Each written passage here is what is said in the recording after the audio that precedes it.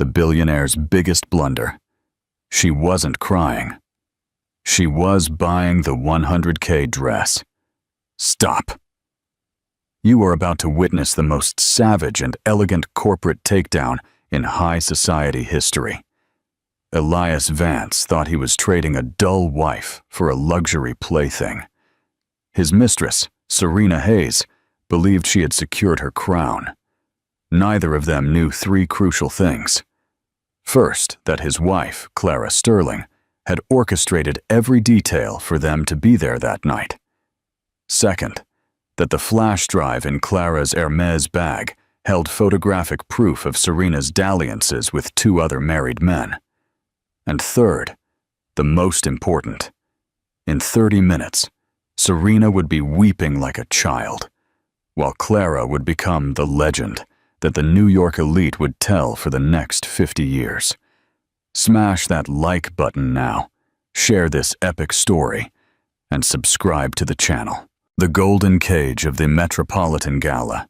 The September night at the Metropolitan Elite Club in Manhattan was saturated with ostentation and deceit.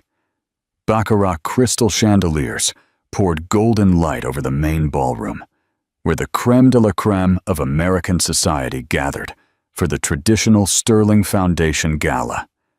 The air conditioning held the temperature perfect, a stark contrast to the suffocating heat of the hypocrisy that hung among the guests. Elias Vance adjusted the cuff of his Italian silk shirt for the third time in 5 minutes. At 38, the real estate mogul had built an empire that guaranteed his constant presence in social columns. But on this specific night, he felt particularly anxious.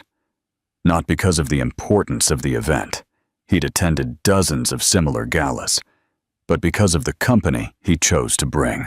Serena Hayes glided through the ballroom as if she owned the place.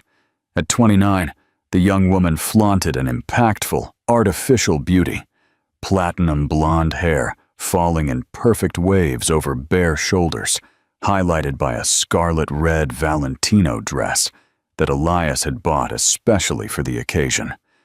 The generous cleavage and the fabric that hugged every curve of her body were not missed by the masculine eyes present, nor by the whispered comments of the society ladies.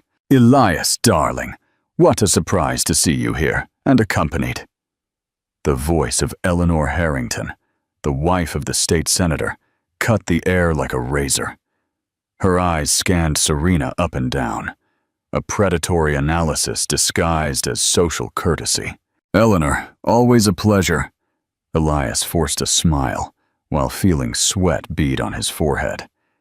"This is Serena Hayes, my special consultant."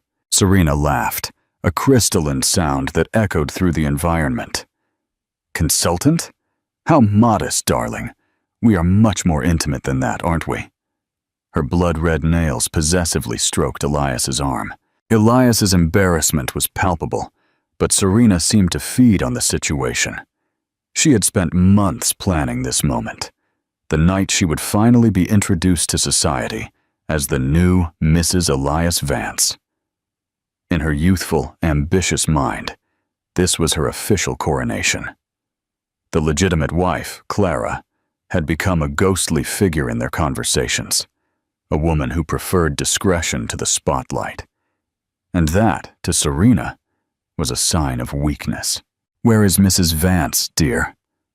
Eleanor's question was delivered with the surgical precision of someone who knows exactly where to poke to cause pain. "I haven't seen her at social events in ages." Elias swallowed hard. "Clara has been busy with personal projects." "What a shame," Eleanor murmured, though her tone suggested the exact opposite. She was such an elegant woman, always knew how to carry herself with class. The word was hung in the air like a death sentence. Serena felt a stab of irritation. Why did they always compare her to that bland woman? Elias had told her that Clara was boring, dull, a wife who was content to stay home reading books instead of accompanying him to important events. To Serena, this only proved that some women were born to shine, while others were born to fade away. "Elias, I need to speak to you about the Hudson Yards project, interrupted Marcus Thorne, one of the company's minority partners. Elias's relief was instantaneous. As the men moved away to discuss business, Serena remained alone in the center of the ballroom, feeling like a queen on her throne. Social photographers' flashes found her constantly, and she knew her photos would be splashed across the gossip magazines next week. Elias Vance's new passion. She could already imagine the headlines. Champagne flowed generously among the guests, and Serena didn't deprive herself. With every sip, she felt more confident, more in control of the situation. She approached a group of socialites she knew superficially from the Upper East Side salons and gyms. "Serena, what a stunning dress," commented Penelope Alva, the wife of a federal judge. "Valentino?" "Michael's gift," Serena replied, making sure to emphasize the intimacy. "He has refined taste in choosing women's clothing." The women exchanged knowing glances. They all knew what this meant. Elias Vance was publicly flaunting his mistress, behavior that, though not uncommon in those circles, still caused a frisson when done so brazenly. "And how are you adjusting to the new position?" Penelope's question had a double meaning, and they all laughed discreetly. "Perfectly," Serena replied, raising her chin. "In fact, I've always felt more at home in this environment than certain people who isolate themselves at home." The catty comment about Clara did not go unnoticed. The women present knew the unwritten code of high society. When a wife stopped showing up at events, it usually meant she had lost the battle to a younger, more ambitious rival. Across the room, Elias tried to concentrate on the business conversation, but his eyes constantly wandered to Serena. Part of him felt proud to be with a woman so young and attractive. It was a confirmation of his virility and success. Another part, however, began to question the wisdom of so openly exposing his extramarital relationship. "She's beautiful," Marcus commented, following Elias's gaze. "But don't you think it's risky to bring your friend to an event of this caliber?" "Serena isn't just a friend," Elias countered, more defensive than he intended. "We have a serious relationship." "Serious?" Marcus raised an eyebrow. "And your wife knows about this?" Elias looked away. Clara knew, of course. How could she not? The rumors had been rife for months, and he didn't even bother to be discreet. But Clara, true to her reserved temperament, hadn't made scenes or threats. She simply retreated further, which Elias had interpreted as tacit acceptance of the new situation. "Clara understands that our marriage has evolved into something different," he mumbled, sipping Scotch whiskey. The truth was, Elias had married Clara Sterling 15 years ago for practical reasons. She came from a traditional family with important connections in the judiciary and politics, connections that were crucial to the growth of his business. Clara was intelligent, cultured, a perfect wife on paper. But as the years passed, Elias began to see her as part of the furniture, always present, always reliable, but lacking the sparkle and excitement he had begun to seek elsewhere. Serena represented everything his wife was not: spontaneous, sensual, impressionable. When he met her at a law firm party where she worked as a receptionist, he was immediately attracted by her youth and her thirst for social climbing. It was easy to impress her with expensive dinners and luxurious gifts. It was easy to be the hero in the life of someone who came from a small apartment in Brooklyn. "Elias," Serena's voice called him back to the present. She approached with a radiant smile, followed by a younger man he recognized as Julian Foster, heir to one of the country's biggest fortunes. "Julian was just telling me about the new art collection he recently acquired," Serena said, her eyes shining with interest. "Picasso, Van Gogh, it's fascinating." Elias felt a pang of irritation. Serena was clearly flirting, and Julian, known for his conquering reputation, seemed eager to reciprocate. It was humiliating to have to compete for the attention of his own mistress in public. "Serena, we need to talk to the event organizers," he interrupted, taking her by the arm. "But Elias, Julian was inviting me to see his private gallery." She pouted. "Another time," Elias replied dryly, guiding her away from the young heir. As they walked through the ballroom, Serena murmured in his ear, "No need to be jealous, darling. You know you're the only man in my life." The words should have reassured him, but Elias felt a growing unease. There was something about Serena's attitude tonight, an excessive confidence, a presumption that her place was guaranteed, that deeply bothered him. Near the main table, where the event organizers and some important politicians were seated, Elias spotted Charles Monroe, an influential social journalist. The man was observing them with obvious interest, already mentally drafting the note that would appear in his column the next day. "Elias Vance, long time no see." Charles approached with a smile that didn't reach his eyes. And this lovely young woman must be Mrs. Vance? The silence that followed was deafening. Elias felt his face flush, while Serena, far from being embarrassed, smiled even wider. "Not yet," she replied with a giggle. "But who knows, soon." The insinuation was crystal clear. Serena wasn't just content to be the mistress. She had bigger plans, and she was announcing those plans to one of the most dangerous gossips in the city. Elias forced a nervous laugh. "Charles, you know Serena Hayes." "Serena, Charles is one of New York's most respected journalists." "Immense pleasure," Charles said, kissing Serena's hand with exaggerated gallantry. "I imagine we'll have a lot to talk about in the coming times." The veiled threat was not missed by Elias.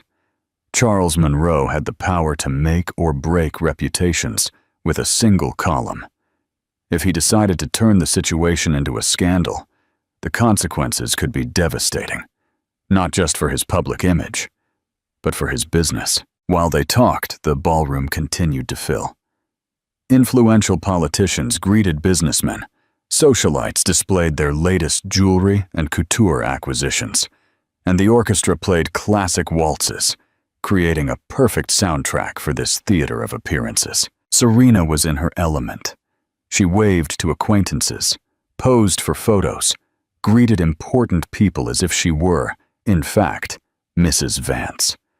Every gesture was calculated to solidify her position, to make it clear that she was not just a fleeting affair, but the new reality in Elias's life. But in the back of her ambitious mind, Serena couldn't entirely ignore the whispers she heard as she passed. "Where is Clara Sterling?" What an embarrassing situation. Poor Clara was always such a distinguished lady. Why did everyone insist on talking about that woman? Serena had never met her personally. Elias always said Clara preferred to avoid conflict and confrontation. For her, this only confirmed her superiority. While Clara hid at home, she shone in the high society ballrooms. What Serena didn't know was that at that very moment, just a few blocks away, Clara Sterling was meticulously preparing for her own entrance at the Metropolitan Elite Club. And when she arrived, nothing would ever be the same. Question for the audience. Do you think Serena and Elias are digging their own grave by being so open? Or is this the New York way of doing business? Let us know what you think in the comments below. The general prepares for battle. Clara Sterling stood before the full-length mirror in her walk-in closet, observing her own image with the analytical coldness of a general planning a battle. At 30, she possessed a mature, sophisticated beauty that contrasted sharply with the youthful, obvious appeal of her rival. Her dark brown hair fell in soft waves to her shoulders, framing a face with classic features that dispensed with heavy makeup to make an impact. The dress she had chosen for the night was a masterpiece of French haute couture, a flawless black Chanel gown with pearl details running along the discreet yet elegant neckline. The piece had cost more than many cars, but it wasn't the price that made it special. It was what it represented: power, class, legitimacy. Everything Serena Hayes was trying to buy with money borrowed from another woman's husband. Clara knew exactly what was happening at the Metropolitan Elite Club right now. She had received no less than fiend calls from concerned friends throughout the week, each one anxious to be the first to tell her about the public humiliation Elias was inflicting upon her. What none of them knew was that Clara had orchestrated every detail of that situation. "Ma'am, the car has arrived," announced Mrs. Gable, her housekeeper for over a decade, appearing at the closet door. The middle-aged woman looked at Clara with admiration and concern in equal measure. "Are you sure you want to go through with this?" Clara smiled, the first genuine smile she had shown in months. "I've never been so sure of anything in my life, Mrs. Gable." The truth was, Clara had discovered Elias's betrayal long before any social gossip. Not because she was particularly astute, but because Elias was embarrassingly careless. Receipts for expensive dinners for two when he was supposedly in business meetings. Charges for jewelry and dresses on his corporate card. A women's perfume on his clothes that was definitely not hers. During the first few months, Clara had felt the familiar pain of betrayal, the wounded ego, the sense of inadequacy, the questioning of where she had failed as a wife. But then, on a particularly melancholic Tuesday afternoon, something shifted. She was flipping through a wedding photo album when she came across an image of herself on the day of the ceremony. In that photo, she radiated a light that had been lost over the years of marriage. It was then that Clara understood a liberating truth. She hadn't lost Elias to Serena because she had failed as a wife. She had lost Elias because he had failed as a man. From this epiphany, Clara began to plan. Not a vulgar, emotional revenge, but a cold, surgical strategy that would not only expose the couple's farce, but also guarantee the freedom she had unconsciously desired for years. For the next 6 months, Clara observed. She discreetly hired a private investigator, not to confirm the betrayal she already knew, but to meticulously document it. Photographs, videos, hotel registries, even recordings of compromising conversations Elias and Serena maintained in public places, believing themselves safe in the bubble of arrogance they had created. More importantly, Clara used this time to reorganize her finances. Elias had always assumed she was financially dependent on him, a sexist and ignorant assumption. In reality, Clara had inherited a considerable fortune from her paternal grandmother, investments in real estate and stocks that she managed personally, without involving her husband. Furthermore, she possessed her own art consulting business that yielded much more than Elias imagined. During the months of absence from social events, Clara had also dedicated herself to herself in a way she hadn't in years. Personal trainer 3 times a week, regular aesthetic treatments, a complete wardrobe renovation. Not to win back Elias. That bridge had been irreversibly burned, but for herself. On this specific night, Clara had chosen the Sterling Foundation Gala for precise strategic reasons. It was an event that brought together the hard core of the New York elite, people who had known her family for decades and who respected her lineage and class. It was also an environment where the unwritten social rules worked in her favor. As much as they tolerated male excesses in private, the public exposure of a marital betrayal was still seen as an act of poor taste that should be punished. Most crucially, Clara knew Elias would bring Serena to the ball. It was she who, through a mutual friend, had planted the idea in the ambitious mistress's head. "The Sterling Foundation Gala is the most important event of the year," she had commented strategically during a luncheon. "That's where society really shows up." Clara's private driver, Mr. Peterson, awaited her at the building entrance. He was a discreet, loyal man who had worked for the Sterling family for almost 20 years. He knew all the secrets, all the nuances of Clara's life, and his discretion was absolute. "Good evening, Madam Clara," he greeted her, opening the door of the black Mercedes-Benz S-Class. You look stunning tonight. Thank you, Mr. Peterson. Let's go to the Metropolitan Elite Club. During the 30-minute drive, Clara mentally reviewed every detail of her plan. She had timed her arrival for the exact moment the gala was at its peak, when all the important guests were already present, when the social photographers were most active, when Elias and Serena were most relaxed and confident. Clara's phone vibrated with a message from Hannah Dubois, the wife of a Supreme Court justice and one of her oldest friends. Darling, they are shamelessly showing off. She is practically announcing herself as your replacement. Come quickly and put an end to this farce. Clara smiled, reading the message. Hannah had always been her fiercest ally, an old guard woman who staunchly believed that certain social traditions and hierarchies should be respected. To Hannah, Serena was nothing more than a classless arrivist, trying to occupy a place that did not belong to her. Other messages followed, all from indignant friends, reporting the attitudes of Elias and Serena. She is wearing a red Valentino, completely inappropriate for a charity event, wrote Penelope Alva. He introduced her as a special consultant, but she corrected him herself, saying they were much more intimate, added Eleanor Harrington. Every message confirmed that Clara's plan was working perfectly. Elias and Serena were digging their own graves with an almost comical excitement. Clara thought about her life with Elias during the early years of marriage. She had genuinely tried to be a good wife, support him in business, accompany him to social events, keep the house immaculate, be the perfect companion on all occasions. But Elias had always seemed to see her as an expensive, well-educated accessory, not a true partner.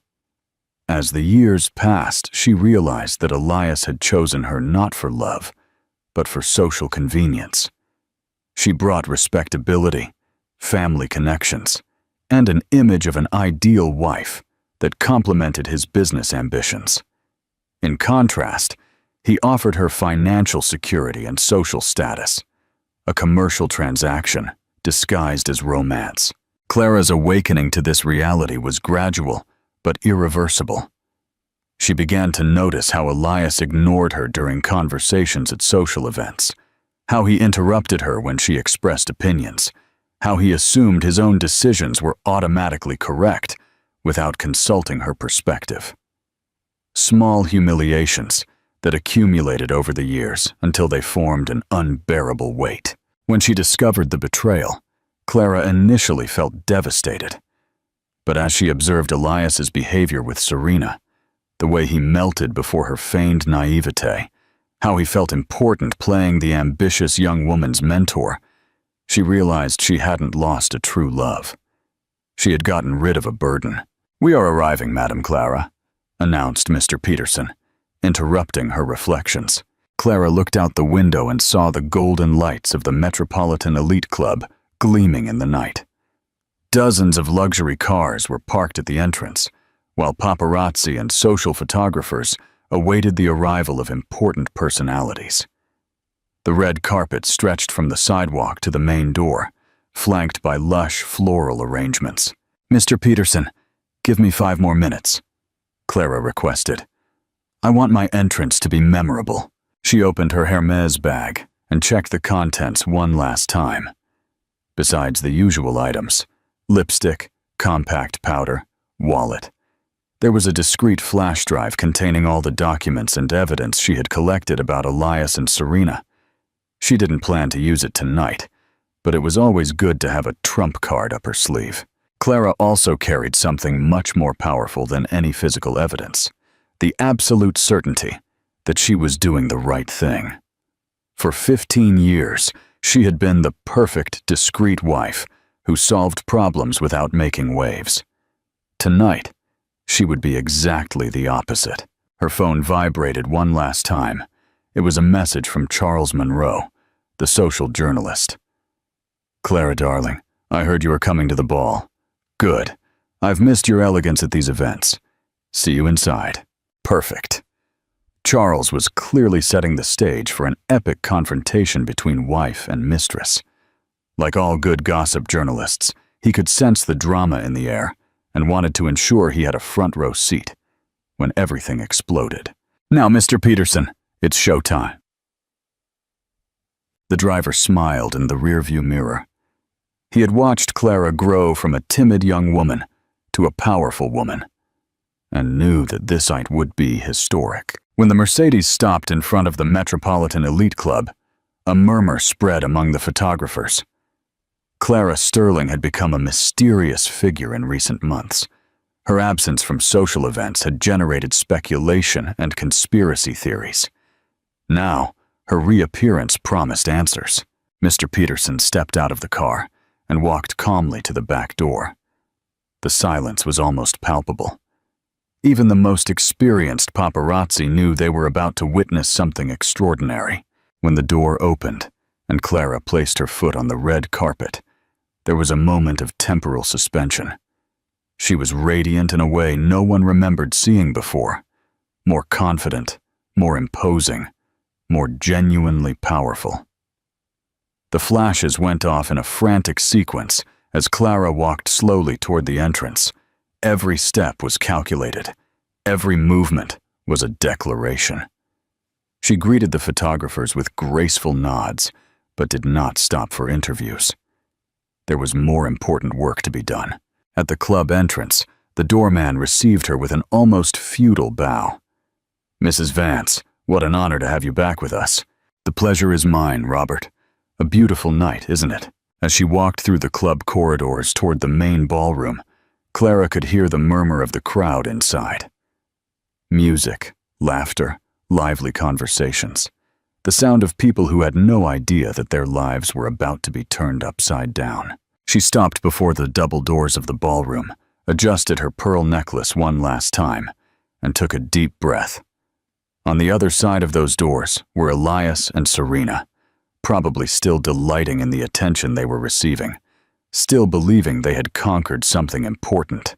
They had no idea that the true queen had arrived to reclaim her throne. CTA. The moment of truth is here. Do you think Elias will choose his wife or his mistress? Predict the outcome in the comments and hit that like button. The unspoken rules of war. The Metropolitan Elite Club ballroom was at its peak when Clara Sterling made her entrance. The orchestra played a Strauss waltz. Couples danced elegantly in the center of the floor, and the buzz of conversations created a symphony of well-mannered civility. Crystal chandeliers cast golden light onto the gowns and immaculate tuxedos, creating an atmosphere of refined opulence. Elias Vance was near the bar, laughing loudly at a joke that Marcus Thorne had just told, when the first whisper reached his ears. Clara arrived. The smile froze on his face. He turned slowly, searching with his eyes for the familiar figure of his wife, but couldn't locate her in the crowd. A part of his brain still hoped it was a rumor, that someone had mistaken a brunette in a black dress for Clara. "Elias!" Eleanor Harrington's voice sounded behind him like the harbinger of a storm. "Your wife looks stunning tonight." He turned and saw Eleanor with a smile that didn't reach her eyes, the kind of smile high society women wore when they were about to witness the public humiliation of someone they deemed deserving. It was then that he saw her. Clara entered the main ballroom with the serenity of a queen returning to her palace after a long exile. There was something different about her, an aura of power and self-confidence that Elias didn't remember seeing before.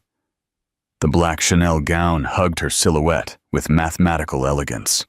The pearls on her neck caught the light hypnotically, and her brown hair gleamed like polished silk.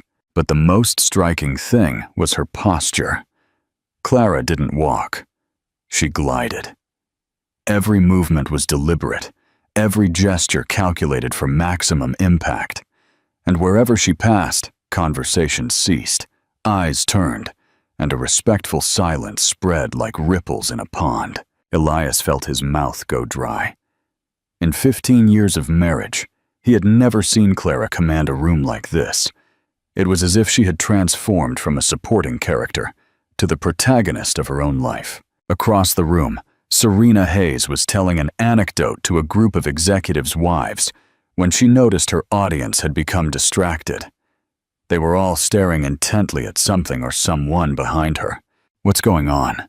she asked, turning to follow the direction of their gazes. And then she saw her too. Serena had often imagined what her first encounter with Elias's legitimate wife would be like. In her fantasies, Clara would be a faded, visibly aged woman, clearly inferior in every aspect that mattered. The reality was a brutal shock. The woman walking toward her radiated a natural elegance that no amount of money could buy. There was something almost aristocratic about her posture, an innate class that suddenly made Serena feel like a child playing dress-up in her mother's clothes. Clara greeted the guests with the perfect grace of someone born into that world. A kiss on the cheek for Eleanor Harrington, a warm handshake with the senator, a kind word for the judge's wife. Every interaction reaffirmed her position in the social hierarchy, not as the betrayed wife seeking sympathy, but as the grande dame returning to her rightful place. "Clara, darling," Penelope Alva's voice cut the air like a crystal bell. The judge's wife approached with open arms, clearly thrilled to see her friend after months of absence. "What immense joy to have you back. I missed you so much."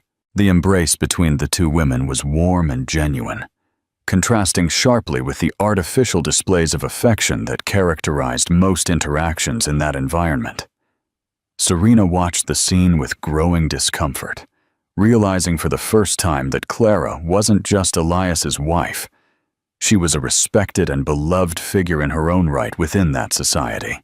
"Penelope, you are radiant as ever," Clara replied, her melodious voice carrying a tone of genuine affection. "How is Robert? I heard the Supreme Court appointment was confirmed." Yes, we are very happy. But tell me about you. Where have you been hiding all these months? We missed you so much." Clara smiled with mysterious elegance. "I was taking care of some personal matters. Sometimes a woman needs time to reorganize priorities." The answer was diplomatically vague, but loaded with undertones that did not escape the women present. They all knew about the situation with Elias and Serena, and now they began to understand that Clara's absence from social events had not been due to humiliation or despair, but to strategy. While Clara conversed, Elias remained paralyzed near the bar. Part of him wanted to approach, greet her as if nothing had changed, maintain the facade of harmonious marriage they always presented in public. Another part, the cowardly and guilty part, simply wanted to disappear. The decision was made by Serena. The young woman, driven by a toxic mix of jealousy, security, and youthful arrogance, decided she would not be overshadowed by an older woman, however elegant. After all, she was the one with Elias now. She was the one wearing the expensive gifts, occupying his bed, who had future plans with him. Serena whispered to Elias, pulling him by the arm. "Let's go greet your wife. It's the polite thing to do." Elias swallowed hard. "Serena, maybe this isn't the best time." "Nonsense," she countered, already walking toward the group around Clara. "We are all civilized adults here." Serena didn't realize she was about to commit the most catastrophic mistake of her young life. In her limited mind, this would be the moment of her official coronation, when she would introduce herself as Elias's new woman before the former wife, definitively establishing the new hierarchical order. Clara saw the couple approaching long before they got close. Her eyes met Elias's for a brief moment, and he visibly shrank under her gaze. It was as if she could see right through him, seeing all the guilt, all the embarrassment, all the cowardice he carried. "Clara," Elias forced a smile upon reaching the group. His voice came out higher-pitched than he intended. What a surprise to see you here." The silence that followed was deafening. All nearby conversations ceased. All eyes turned to the trio, and even the orchestra seemed to lower the volume, It was as if the entire ballroom was holding its breath, waiting for what would happen next. Clara looked at Elias for a long moment, her expression perfectly serene. When she finally spoke, her voice had the sharp coldness of tempered steel. Elias, what an interesting coincidence. She paused, allowing his embarrassment to intensify. I thought you were in Chicago this week, an important meeting with investors. Didn't you say so? The lie was exposed with surgical elegance. Elias had invented this excuse to explain his absence from home in recent days, when, in fact, he was in a luxury hotel with Serena, preparing for the ball. Now, confronted with his own dishonesty in public, he stammered. The meeting was cancelled, last minute. What a shame, Clara murmured, her tone suggesting the exact opposite. Well, at least you didn't miss an event as important as this one. It was then that Serena decided to intervene. The young woman, misinterpreting the moment and believing Clara was being submissive by not directly confronting the situation, took a step forward with a smile that was meant to be sympathetic, but sounded condescending. You must be Clara, she said, extending her hand with perfectly manicured red nails. I'm Serena Hayes. I've heard so much about you. The group around them collectively held their breath.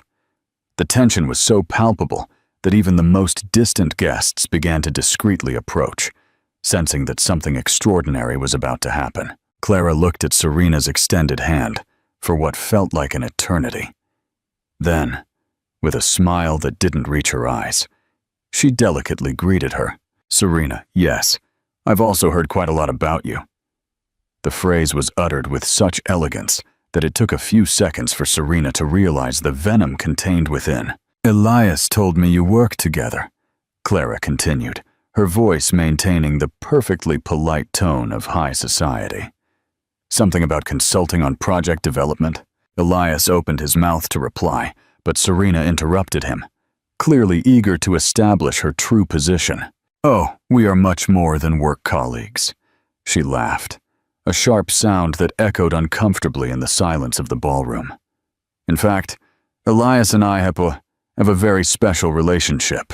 The words left her mouth with the confidence of someone who believed they were revealing a truth that would give them power over the situation.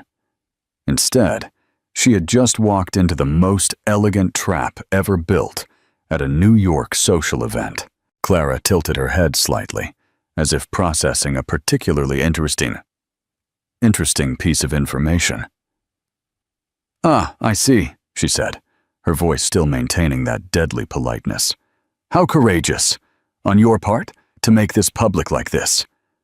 The word courageous was pronounced in such a way that it sounded exactly like its antonym. Serena began to realize something was wrong, but her youth and inexperience did not allow her to fully decode the nuances of the conversation. Elias, on the other hand, was pale as paper. He knew Clara well enough to recognize the danger signs, the overly polite tone, the smile that didn't reflect in her eyes, the upright, controlled posture. She was furious, but expressing that fury through the refined codes of high society, which made her infinitely more dangerous than any emotional outburst. CTA. The tension is overwhelming. How will Clara deliver the fatal blow? Tell me your predictions. If you're loving this takedown, don't forget to subscribe. The final coup. The Queen reclaims her throne. Clara, Elias tried to intervene. Maybe we should... Oh, Elias, she interrupted him softly. There is no need for embarrassment among civilized people. She turned back to Serena with renewed interest. Tell me, dear, how long have you two been working together? Serena, interpreting the question as an opportunity to establish her supremacy, replied with youthful pride. About 8 months. Elias has been a wonderful mentor. Mentor, Clara repeated, as if savoring the word. What an interesting term to describe the relationship. The air in the ballroom was so charged with tension that even the waiters had stopped circulating with the champagne trays. Dozens of eyes were fixed on the trio, and Charles Monroe, the social journalist, watched everything from a strategic distance, clearly taking mental notes for his column the next day. Eleanor Harrington approached the group with a smile that promised trouble. "Clara, darling," she said, her voice laced with false innocence. "What a stunning dress. Chanel, isn't it? I've always envied your impeccable taste in fashion." "Thank you, Eleanor. You know how it is. Some pieces never go out of style, do they?" The insinuation was clear. True elegance is timeless, unlike the passing fashion displayed by certain younger people. Serena, finally starting to realize she was being subtly attacked, decided to counterattack. "Your dress is lovely too," she said to Clara, her tone attempting to sound generous but failing miserably. "Very classic. Must have been frightfully expensive." The comment was a grotesque mistake, suggesting that Clara cared about the price of clothes, or worse, that she needed to justify her spending, was a demonstration of a lack of class that made several women present widen their eyes in shock. Clara smiled, this time a truly dangerous smile. "Dear," she said, her voice soft as velvet but sharp as a razor. "When one has genuine class, the price becomes irrelevant. It is something one is either born with or never acquires." The phrase fell on Serena like a silent bomb. For a moment, the young woman was speechless, slowly processing the fact that she had been publicly declassed in the most elegant way possible. Elias tried to intervene again, his voice desperate. "Well, I think we should all—" "Elias," Clara interrupted him again, this time turning to him with full attention. "Since we are all here, gathered so casually, perhaps it's a good time to clarify a few things." The entire ballroom seemed to have stopped. Even the orchestra had ceased playing, as if the musicians also wanted to hear what would happen next.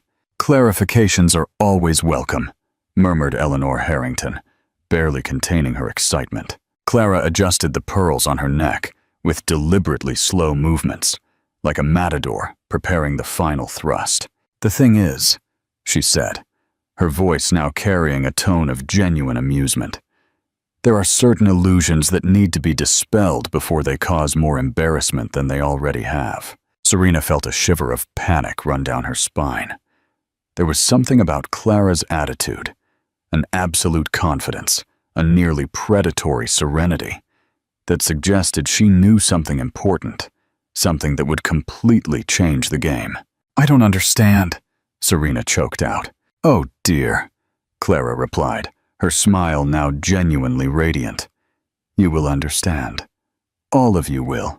And it was then that Clara Sterling began to methodically, elegantly, and irreversibly destroy the life of everyone who had underestimated her power. "Elias," Clara said, her voice cutting the silence of the ballroom like crystal against crystal.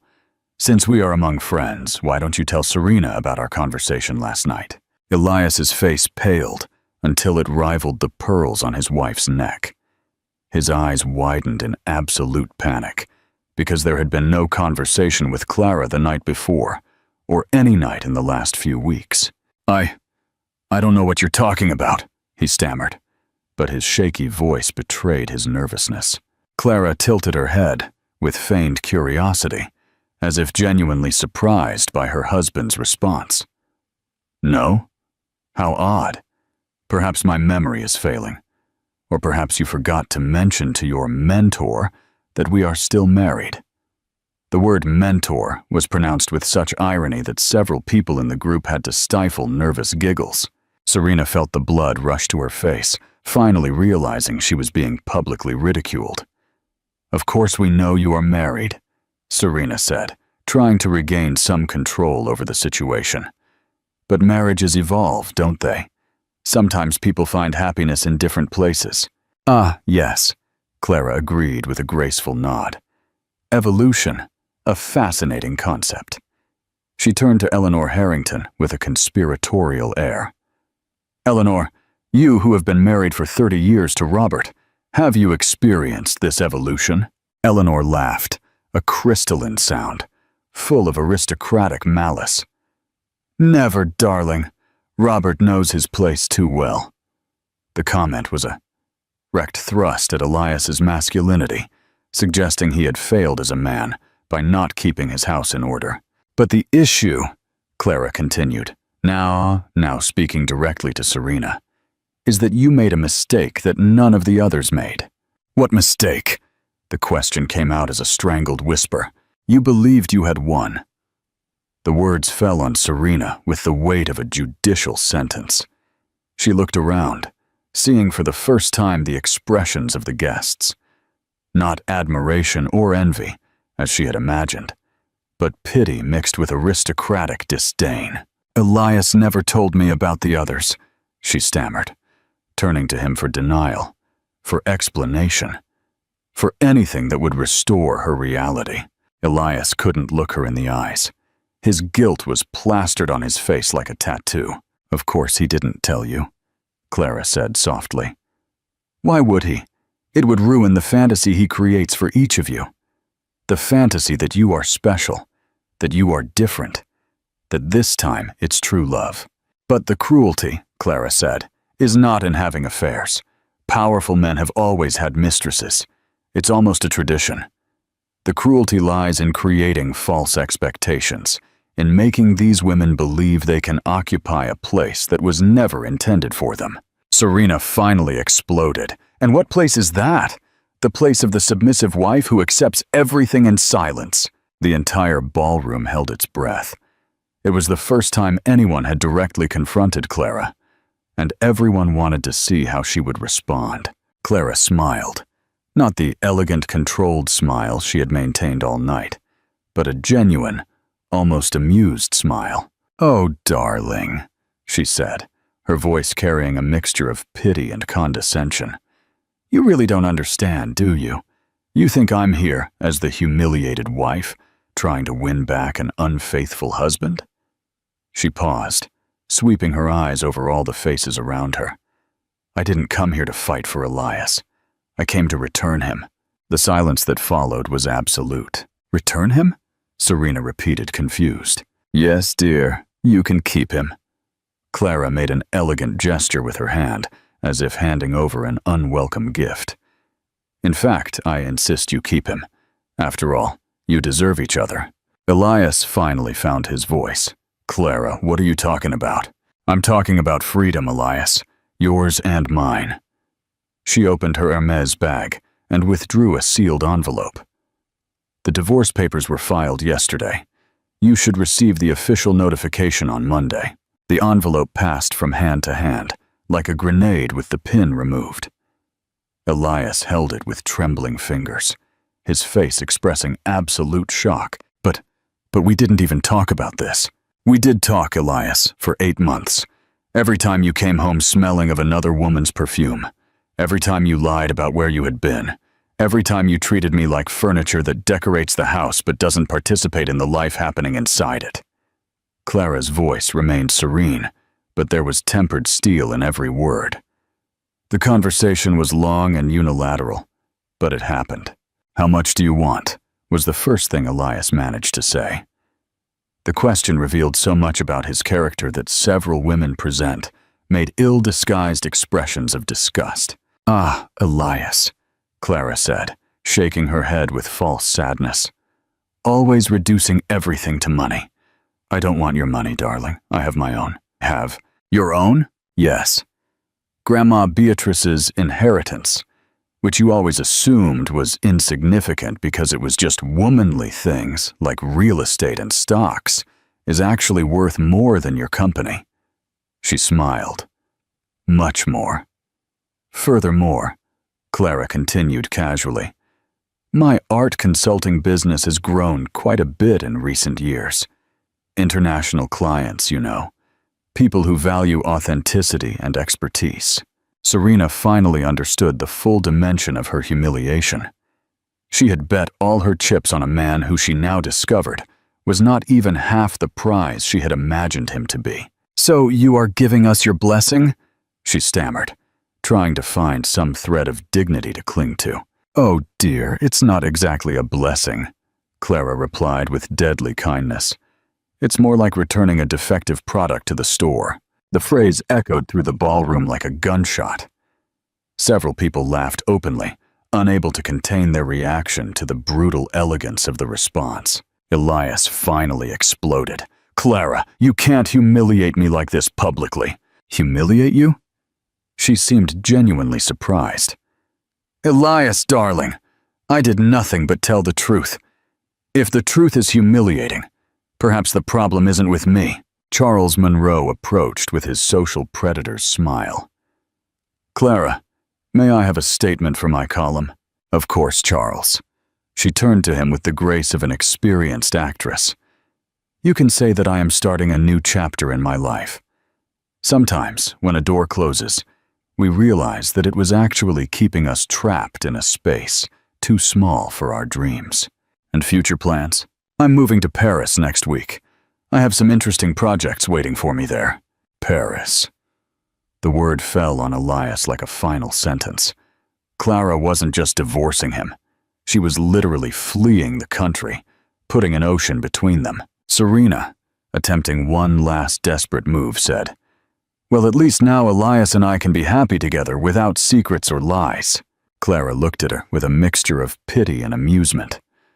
"Oh, my sweet, naive darling," she said, her voice laden with almost maternal condescension. "Do you really think a man who cheated on his wife with you won't cheat on you with another?" The truth of the statement hit Serena like a punch to the gut.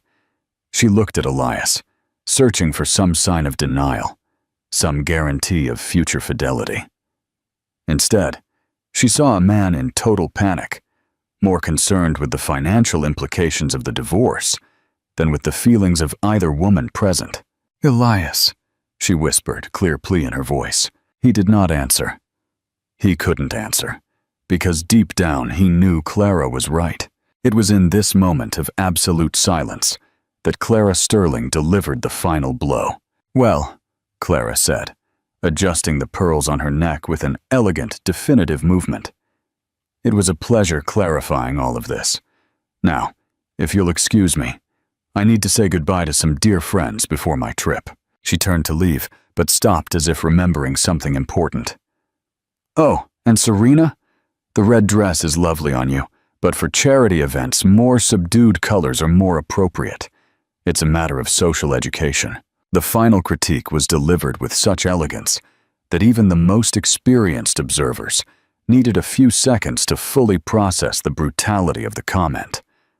Clara had just given an etiquette lesson in the middle of a public humiliation, definitively establishing the social hierarchy between them.